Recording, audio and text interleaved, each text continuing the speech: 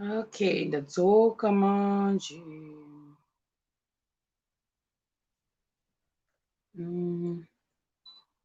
Dzoka.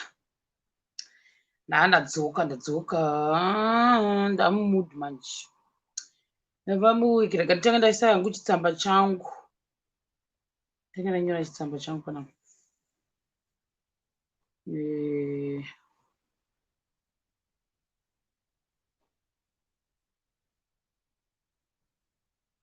No, ndakuchinja heti. Ndachinja heti. Heti chete ndiyo yandachinja. Ndachinja heti nestyle chete.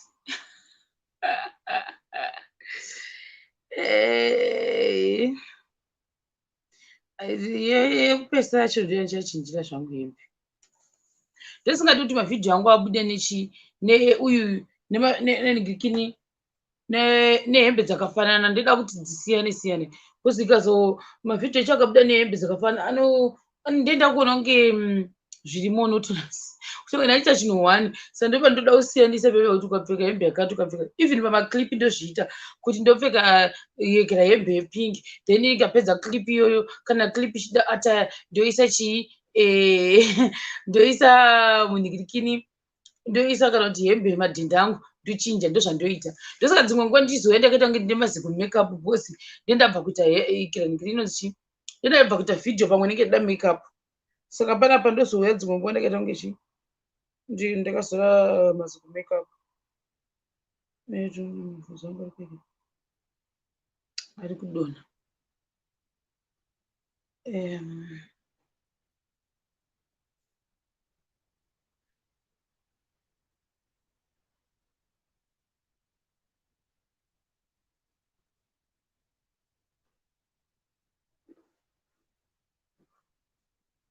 Right.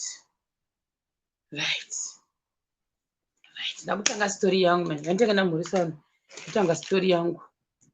Sanga Rai Precious Dubel Kadia Chadunga Njoko Gertrude Nash say rega nditange story yangu zvakaitika nezvakudai so pataiva tiri kupi paipa takatanga nogara kwagutu manje wazava zvokuti zvezvia unenge une mabarwa zvaiitika kuti ndezvokuti pane mabarwa aya tasiya takohwa naApril asi tozoenda kupi tosiya takohwa tasiya tamakohwa anoenda mumabhero.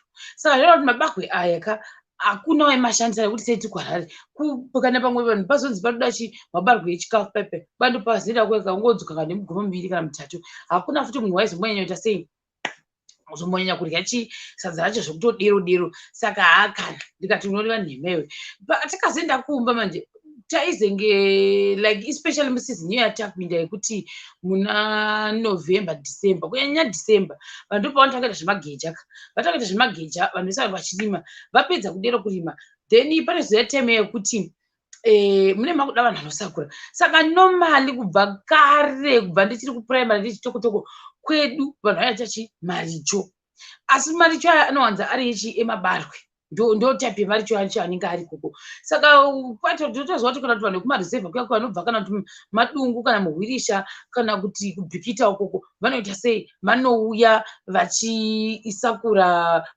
mabarwe because season iyoyo yemuna December January kutenderwa vanhu zvisina mabarwe.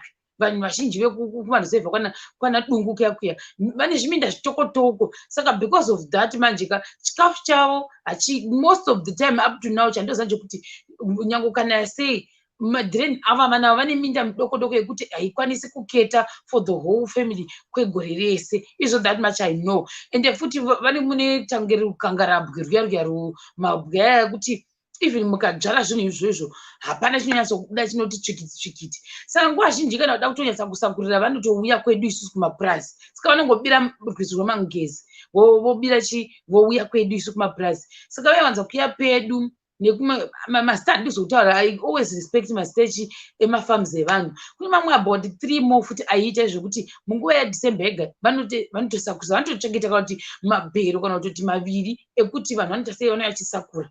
normally kana vanhu vachisakura futi tisakurisi vanhu zviyo, like I said before, kuti haukwanisi kuisa munhu wemaricho muzviyo. That's impossible.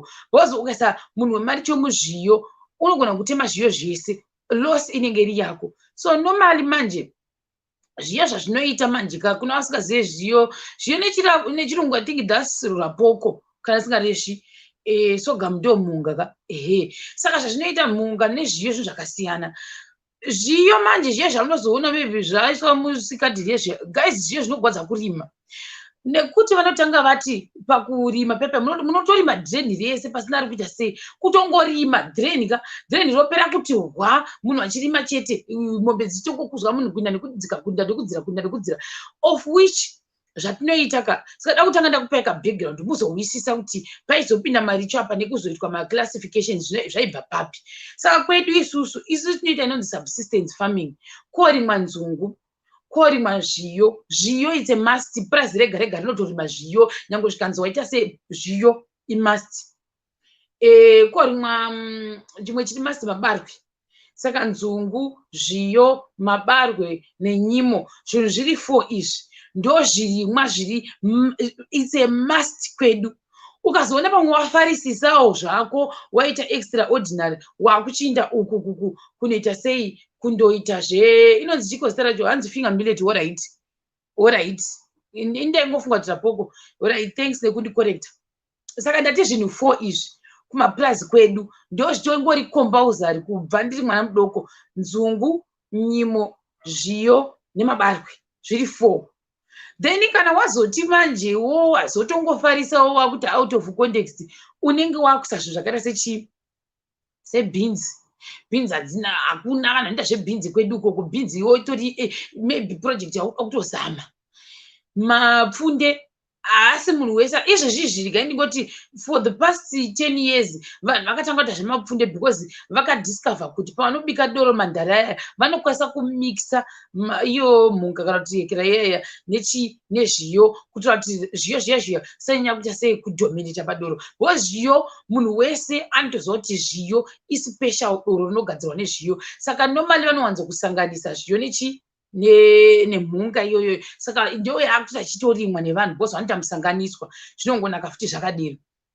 Nechimwe chekuti masunflower aya ndo ndakatozenda mumba muna 2018 ndakatoshambidzwa kuti bongo namai vangu vakurima masunflower. Tikati saka masunflower makamarimire, vakati kamarimira magarikuni. Saka vakatorima dhireni rese raiva nemasunflower kuti vantu vagozopa chikafu chemagarikuni, ndo zvavakarimira mapfunde. Nechimwe chii chandakaona futi chandakashamisika kuti vakarima I think mapfunde ndo akandikadza kuti vakarima mapfunde, vakarima masunflower. I was shocked kuti vakarima masunflower. Mapopcorn, we don't do popcorns because mapopcorn anokala chibage chinenge chiri mudhireni iroro. I don't know kuti theory yacho inombonyatsa kufamba sei, but zvinoita zvokuti pamunodzvara pepe mukasanganisa musanganiso muchiti uri kuita mabarwe uchikavira kudai, so unoda kukavira nemapopcorn. Mapopcorn iwa waisa mudhireni, mutsara wese waisa uyu mabarwe iwo anobuda ari eyellow. I don't know why, but ndo zvazviri. Mabarwe aya anotochinja paanonoibva anenge akafanana nemapopcorn asiri barwe, but I don't know kuti theory yacho inoshanda sei. So normally zvatinoita manje kana ari mapopcorn vanotsvaga kachuru. Vatsvaga churu zvavanoita manje vanotasa kuti mabarwe ari mudhireni ripi, voisa kana mabarwe voskipa rimwe dhireni, voisa nzungu voskipa dhireni, voisa mabarwe kuitira kuti mabarwe aya asana kukalana nemapopcorn. Saka handizi kuti theory yacho inoshanda sei yekuti ukasanganisa mapopcorn nemabarwe mudhireni rimwe chete mabarwe aya anochinja kuita yellow. Apa ndangokupai background ndozoenda hangu panyaya yemufeso yayo. Saka mapopcorn zvatatakumaita tatakumaisa mukati menzungu kana kuti mukati menyimo ndozvatoita. Zvinhu zvakaita semabura zvinhu zvine luxury zvekuti unonotsvaga pollination, alright, ndasingazvizive. Saka zvakaita semabura ka unochuza kuti gore rino unoda kuita mabura here, asi wanzoita pazvuru ndo paunonoisa mabura. then zvinhu futi zvimwe zviri zvakaita semanhanga, it depends kuti design racho pamwe kwaisa kunhingirini manhanga acho achanatsa kuita zvakanaka kwati aiti. Mavise futi ndio mamwe anokuti zvinongodhipenda neiye kuti aita here. Even pwa chaidzo dzandakaenda kanokuda shavi nadzo zvinodhipenda zvakare kuti dzabvumawo here kuti asei kukwanisa kunatsa kuberekana tichibva tatingamboti zvinhu zvokutoti watoita mbiri yekutoti ndakohwapwa aiwa, but mashamba tinomasanganisa futi nemabarwe. Saka zvada kuti ndangoti ndiite background. Ndaita background zvinhu 4 zvadareva mameja izvi nzungu nyimo neekera. Kumaricho zvatinoita manje kwedu, kumaricho unoisa vanhu kunyanyanyanya munzungu unoisa vanhu nekuti hakuna munhu paachazenge achisakura otanga kutema nzungu iyo yakakura zvokutoti unokwanisa kuitenderedza. Paunosakura paipa unonyenyeredza. The only problem inobuda munzungu ndeyekuti bundo rinenge riri pakati kuti rakata pedo nenzunguka rogona kufusirwa nevanhu vanoita sei vanosakura. Vamwe vaizviita tikazvidiscover ndozvinoita vamwe vanhu vanofusira bundo munzungu. Wochiti woti kana musiri munzungu rega titirai munyimo manje futi vanokwanisa kuzviita kana kutema futi nyimo dzachoni zvoitika, but it's very rare zvadzongoti dzakakura. Then asi munyimo mai vangu vaivanza kuavoida because vaiti tikasakurisa vanhu vakazofusira bundo riya bundo riroroka pachaenda kunofuka nyimo dziya handi pakufuka nyimo almost same as kuri kusakura asi mwe muchisavhu pamusoro penyimo kuitira kuti dzibude dzakakura. Saka zvazaizoita zvokuti mai vangu ati handidi kuti ndisakurisa vanhu maricho nekuti vakasiya bundo iroro chata kuti nyimo dzangu dzisabuda dzisaita sei dzizonetsa pakufuka nekuti ndoita kutosakura zvepacha saka taisakura toga nyimo. That much I know. Kunzungu ndo kwataitisa vanhu nekumabarwe.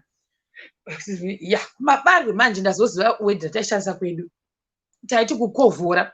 Kunokovhora mabarwe ndiko kuti like mune muchinda nemombe maenda nemombe mune muchinokovhora nepakati pemitsara yemabarwe pepe. Saka manje ukakovhora it means kuti even vanhu vamaricho vakauya vanogona kutopedza drain rimwe chete nezuva 1 vanhu maricho. Ende futi maricho ekuti iwe watanga wakovhorirwa munda anoti dhurei kupfuura munhu angoenda mudhireni risina kukovhorewa because vaita sei vakuitira kuti zviite easy. Iwe unenge uchingosakura pasina kuyekera paya pakati memabarwe ndo paunenge uchikuita. Saka maricho iwa ndiwo mamwe futi atinowanzokuitisa kumapurasi. Kuzviyo manje kunowanza kuiswa the most trusted person wawagara uchiitisa maricho makore nemakore. This person haazombokwanisi kuita sei kutema nekuti zviyo zvinenge zvakatsikana zvoita semapundo aya ekuti kana kuti nhokwe dzakatsikana kudai. Saka pamunosakura imimi even mapadza ezviyo akasiyana nemapadza emumabari. Badza amunoshandisa mabarwe ziguru because ungoti ba uchiriwa mabhanga uchiinda. Asi manje mapadza ekuzviyo anoda zvipadza zvakaita zvitoko nekuti paunosakura paipeka haufaniri kuramba kunyanya kuti bhaga uchitema manje because unofanira kusipesanisa kasipesi kakadaiwo so ndokaunofanira kuyekera kuti usakure nako. Wai ndichidero paipa ndati zvona izvozvi munanhingirikini munodzi muchiko hanzi kukofera. Guys, udzaiwo vana uyu kuti chii chinonzi zviyo neuyu nendevere. If there's someone who knows zviyo nendevere vabatsirewo. Pane our sister Agnes I think havanatso kugona zviyo. They said kuti zviyo is millet. Vatichiifinga millet, then nzungu peanuts, chibage ameno macobs or maize meal something like that. Ameno tinenge yaufere kwa tinenge yachi. Then chimwe sorghum, sunflowers. So that's what I'm talking about. So zvimwe zvinhu I will skip badza eho.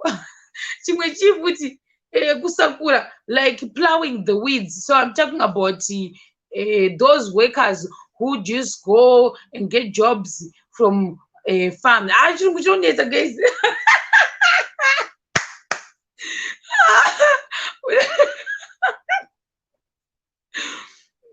So that's what I'm talking about today. I think the show I'm talking about today is a little bit deep. So guys, if you know how to interpret, please interpret for our Ndebele sisters and brothers so that they can understand what I'm talking about. So yeah, Sister Agnes Mililo, I'm talking about that farming thing.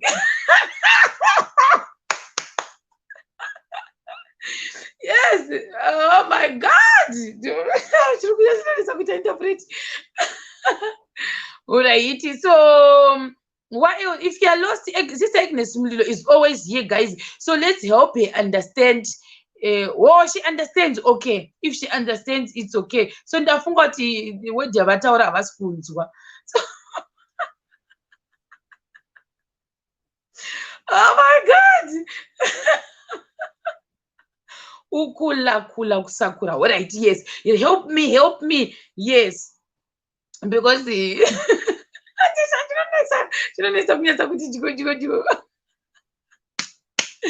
saka chi ndakungotsanangura kabackground kokuti why muzviyo musingaiswe vanhu vemaricho.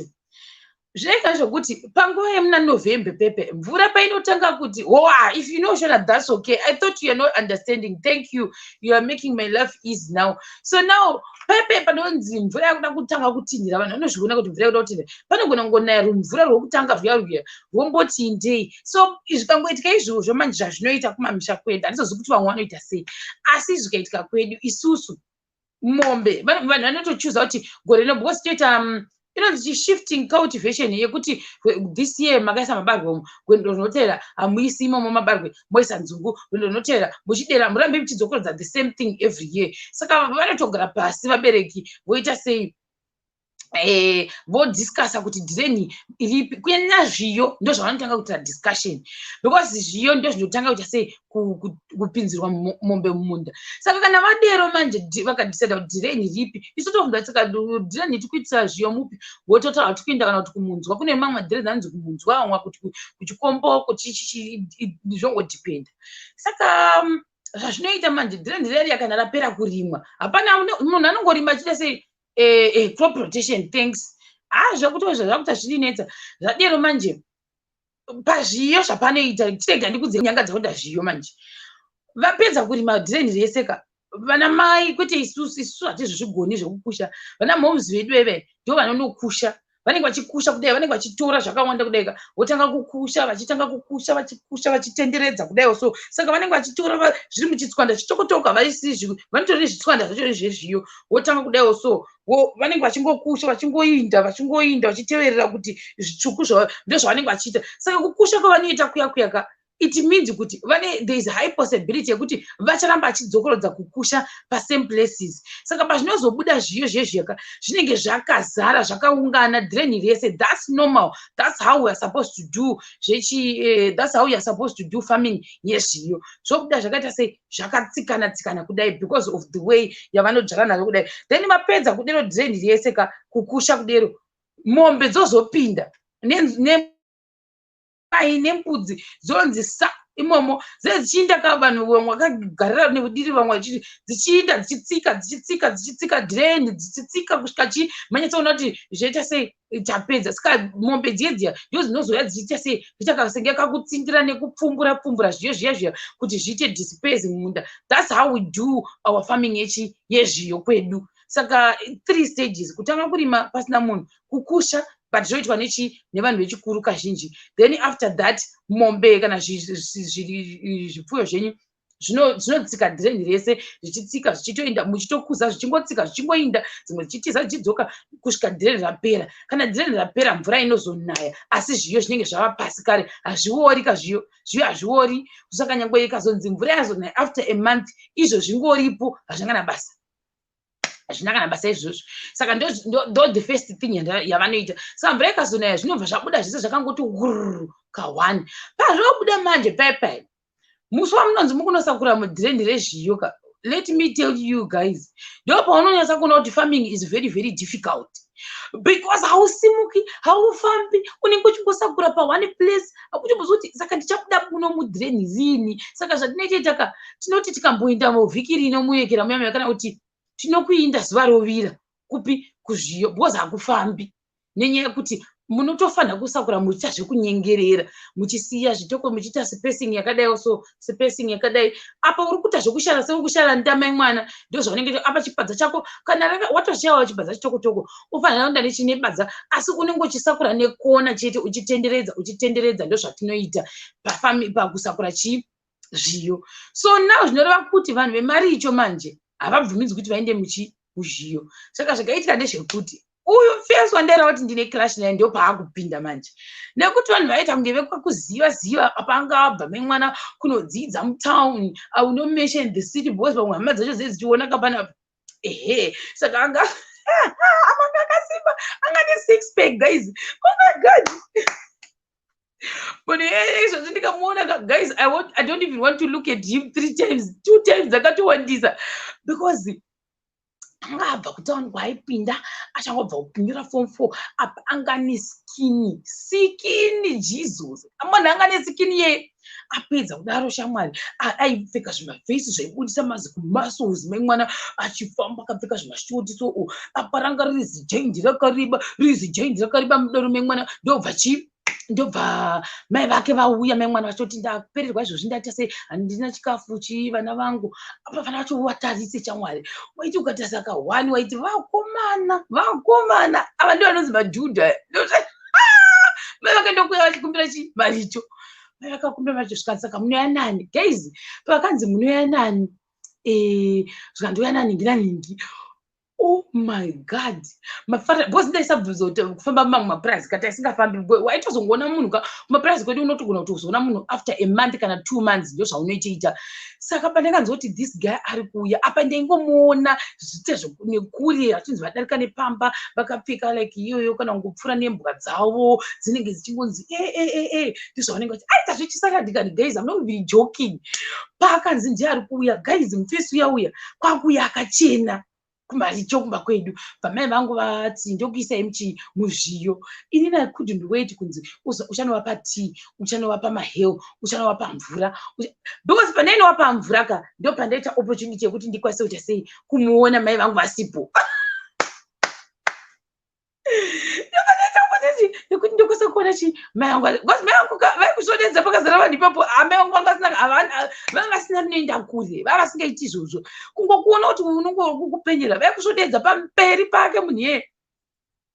Saka ndaibva ndaeketa kunge ndisaka asi zizo rangu riri rakatarisa kumvesi yeye manje ndio zvaitika mvesi yabva vapuwa drain ravapedo nepamba apa mai angu bva vati isu tiri kunoita sei tiri kuenda kumhiri saka iwewe ndakutuma kuti china unovapa china unovapa sadza ndinanyanya iwanze kutuma hangu nzi ndanopa vanhu kuti maricho sadza ndio zvandaita ndaifara sei especially that guy ndandakamumirira guys ndakaenda ndikanotsvaga sketi yangu yanga yakanaka imwe kwa high school so ndio yanga iri kasiketi yangu the best ndio kunopfeka kasiketi kako ndaipfeka zvimatirauzi ndakana uchibvisa chitirauzi muzasi changa ndinacho kutira kuti ndinatsoenda ndakanatsa kuonekera nechitopu changu ndokutonogeza maboe mai mwana neyekera neziye rangu kuti ndiyatsa ndokunokamba musoro ndokuita sei ndokuinda kumunda kwakwe ndichizvida apa ndainanjira miromo kuti ndichimutarisa kudai so mai vake vanga vagara vanyara manje vachitogara vachitoda kuti vamwe maheu vachotonzi saka iwewe unodzidza kupi mai pavakangoti unodzidza kupi shani rakauya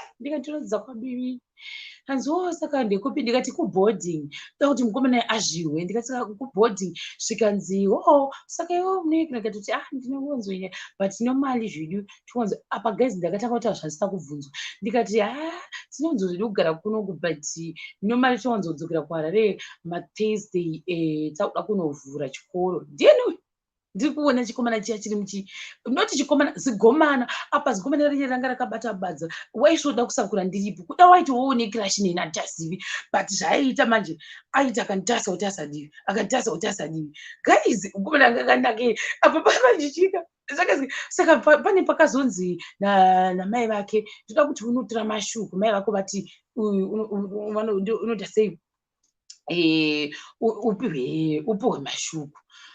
Ini manje handitohwisisi kuti chii chakaitika tikati saka moda kuti ndiende naye here zvikanzoni enda nopuwa mashuku I don't even know guys ndakaenda naye tiri 2 ndichida ziya ndirisire kwake zishoko rake paifamba neshoka asina masiripasi kaipo anditozvi kuti anga achiri nawo masiripasi akauti anga atozvosvika pakudamuka but andozvanje kuti anenge anga asina achangobuda munda saka aifamba nezvijoka memwana akanyatsokuti 6 pack vatoti saka how is it how is it kumapurazi guys how is it ndikati good saka what's up ndachiti nothing is up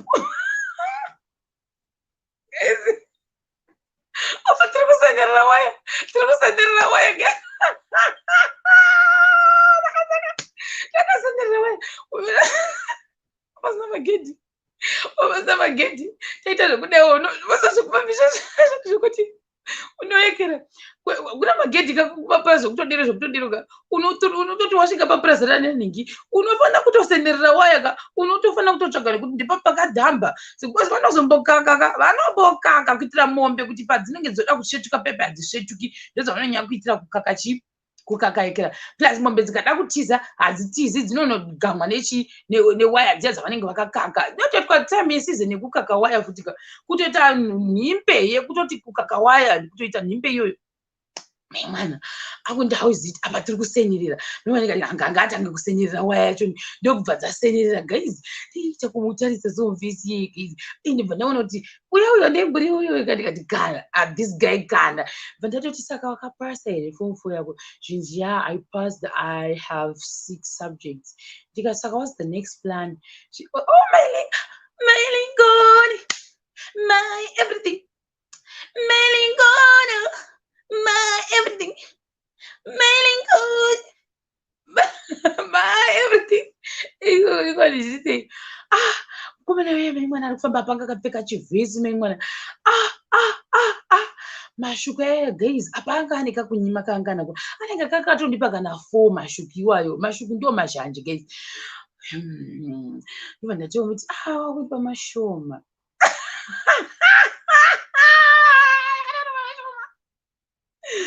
zvanzi uda mamwe ndikati ndikuda mamwe ndibva ndapiwa mamwe mashuku veve apa ndechauti saka mashuku aya chaudza mai vangu kuti ndapiwa mashuku hawo vachanoudzwa kuti hanzi uyu waizinda kumba kwedu nhasi ndinoiti ndimurirwa nyaya yokuti hanzi waenda kumba kwawo chiitei apa taitiri vavirika ndosvika kumba kwawo guys pandakasvika kumba kwawo the situation was not pleasant ndibva ndamutarisa ndikati mukomana wese akari kuvata pai nekuti kana situation yakadai right now ndosaka ndopamba penyu zvanzi ndopamba penyu tikasaka uri kudzokera neni kutown zvanzi apa zvaizoita limiti uyu aisanganisa kutaura nechindevere because akambogara kubulawayo saka manje aizoda kuti paari kutaura pepe aida kuacta as if haasinoisa kugona shona neni otangosanganisa ndevere yoti handinzwi ndevere saka kuri sei sari kuenda kubulawayo yakati kuenda kupi zvanzi ameno zvavaizotaura ende vaizoti kana vasangana vepamba ipapo vaitotaura ndevere zvavo vaitoigona ndevere because like vanga vane hama yavo yaizopfuta ichimbovatora kubva vari vadiki saka ndevere vaitotaura zvavo papurazi ipapo vaitotaura ndevere even vana vepapo neamwewo vanhu vobva vanga vakutongotaura ndevere wese akatomboenda nekumba kwavo aitaura ndevere saka iye ida kuzama kuda kutaura neni neisi ndevere manje handinzwi chindevere chini manje handichinzwi obva atanga kuti nhasingeni guys achiti nhasingeni atondifunsa mwe sekuru futi vamwe vakupurazi mweso vakambonotirovera kubhulawayo saka vakatosvika pakusheka but vaitotaura like accent yavo yakati bhozi vakanga vainda ikoko kubva vanokurumidza kuuta adopt accent yendevere saka zvavakazoita manje pakazodzoka mapurazi kweduka vakatodzoka vachitonza havachagoni chi havachatogoni shona vanhu vakati vari kuzviitisa but vakatodzoka accent yavo yatochinja zvachose even ini pandakatombovaona like you know how it is kuti pane vamwe kuti ukangomutarisa dzimwe ngona kuti uyu I think ndiwo kumatebhureka ndokuti ndo zvandiri kuzama kutaura izvizvo ndaitombofunga kuti vakabva kupi kumatebhureka ndobva vauya kumapurazi kwedu ndo zvandaifunga pandaivaona because shona yavo yange yakabhenda even vatoita kuti nhasingeni linjani vaitaura most of the time nhasingeni kana kuti velapa hameno zvavaitaura ndo yange itori language yavo ndakatozodzoka pavakaenda ikokoko vakandorova vari ikoko vakatozombota mudzimai weikoko zvokutoti vakashona chaiyo vakatange vasingachatoizivi because vaingotaura nendevere kusvika vatozodzoka mapurazi asingagoni but anyway going back to this dude wangu tadzokera pepa ichifunga kuti pamwe achati tichaonana pamwe achazondiudza kuti next step todini guys mukomana uyauya ndokunotanga kudana nemwe musikana wakokoko musikana yeye ayo Jesus Christ musikana yagara kuharare aizouya pakrisimasi kwedu kune system yekuti iwe kana uchigara kuharare kana uchishanda kuharare kwaunoshanda ikoko whether ukushanda mumba whether usikushanda mumba whether ushanda muchitakishop hazvina kana basa Christmas unoenda kumusha ende unenge wakachena zikamboiti. Saka waigara kuHarare musikana uyu. Bediwe aiti kana anga skin futi yanga kanaka musikana. Ndo wakatanga kudana naye mai mwana. I was so jealous. Vaitoita zvokubira futi mamungezi utasacha kukuzwa nenhingirikini nenamungezi achinoona musikana yeye vaidanana shamwari vaidanana ndimbodi kuri vanhema vaitonge vatori chikuru chacho chaitoita zviri kudana vasikana vedepartment iroro vaidana vachishanyirana vachidarika nei apa chaizonyangadza nechekuti gandi chaizondinyangadza ndechekuti vaizodarika nepamba pedu vachienda kunoshanyirana mwakaenda nekokoko mukakaenda nekokoko ndindevatasa kuti aindoti nhai hangu achidzokere kuHarare kwacho dzokerera kuHarare siri kumushatisa retiri kuno ndo wakatozorora dho musikana yeye wakatozorora musikana yake asi zvizvi watifanire vanorovana big time vanorovana zvokutovhunana maoko vanhu vacho vandikuti hane zvake mufesi yo ndaitota kuti mbanga achiri mukomana zvikaoma ende ndobva apuwa maricho vachiuya kumba kwedu vachiuya maricho but I think yanga kuzosvoda mai vangu ndobva wati unosvoda zvandichi vachiri vakomana here saka unosvoda musiye zvikanzi unoramba izvo waramba tanzi achauyi wozouya first day saka paakanyora ndobva taperekedza tachinotorana mashuku hana mangwana acho akaramba kudzoka anenge akasvoda akati kana ndingamboendi kumbaona ishironi ini shironi uchazotora chikafu achizotipa chikafu apa ndendasvika iko ndasikadi kubvako ndasikadi kubvamo mumunda machoni ndoekera ndo nhingirikina zvadero manje ndo nhingirikina ndoti unoreva nhema iwe because ndaenda kumuona ndaizomuonera kupi guys ndaimuonera kupi mai vangu vari teki neni vangu vari chibheke changu saka that was the only opportunity yekuti ndimuone vari uko ndaenda kunovapasadza ndaisvika ndogara pasi pemumvuri navo because vanenge vati unozotora ndiro ndikati ndobva ndati regai ndingogara nemi zvenyu ndichatirye ndoti aiwa iryai zvenyu mega zvaitozita wesi mai vangu vakati ndanorya navo ndaimeka sure kuti musi wangu ndotora lakadezikali ndoda kuisa time yekuti ndinge ndichispenda time naye mai vake ndakasambasana navo nevamwe vavo ndaida iye kuti am spending time ndichiona mamasuru ake iwayo ndipanderere vanhu maunzi ndichadzokera kubulawayo ndichaenda kuHarare ndichaenda kwakati achava neEnglish memwana so yeah that's what gonna happen wawati achitaura nechirungu chake yo guys I couldn't sleep ndakatomboita masleepless nights because of that mukomana ye mangwana achoni paakataura kuti haasi kuuya mai vake vauya vega zvikanzi ko mamusiyepi zvikanzi ati handidi kuenda ndinohwa hope ndakanyara kubva zuro na mai vangu unosvoda zvevasikana handitiwo nyenga here mai vangu avatomboita haidensi kanzwa ndiwo nyenga here ndakagwadziwa musi iyoyo ndakaita senge ndichamumutsa kuti uya kana unongosakura slowly as long ndaya kuzokupasadza ndikaizokupasadza ndida ngoona hangu kungokutara wanga une skini wanga achangobva futi ndokunga anga achangobva kusvika kusura zuro wachoni saka anga achiri fresh and breaded kumapurazi papapo ndo zvakaitika nemufesi yeye saka that's pretty much it about that guy andakangoita ukirashi naye kusvika yazongopedzwa nemusikana wake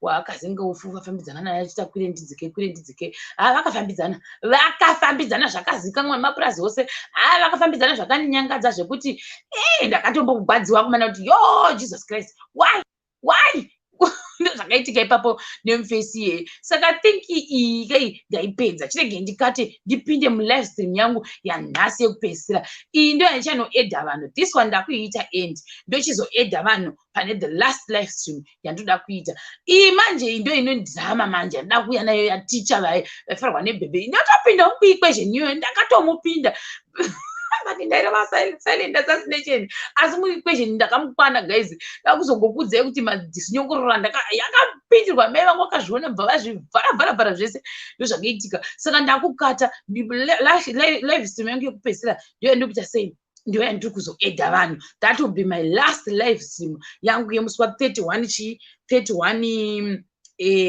May tiri munani guys ndakuti May 31 July saka live yangu yekupedzisira ndabhabhai ndakukata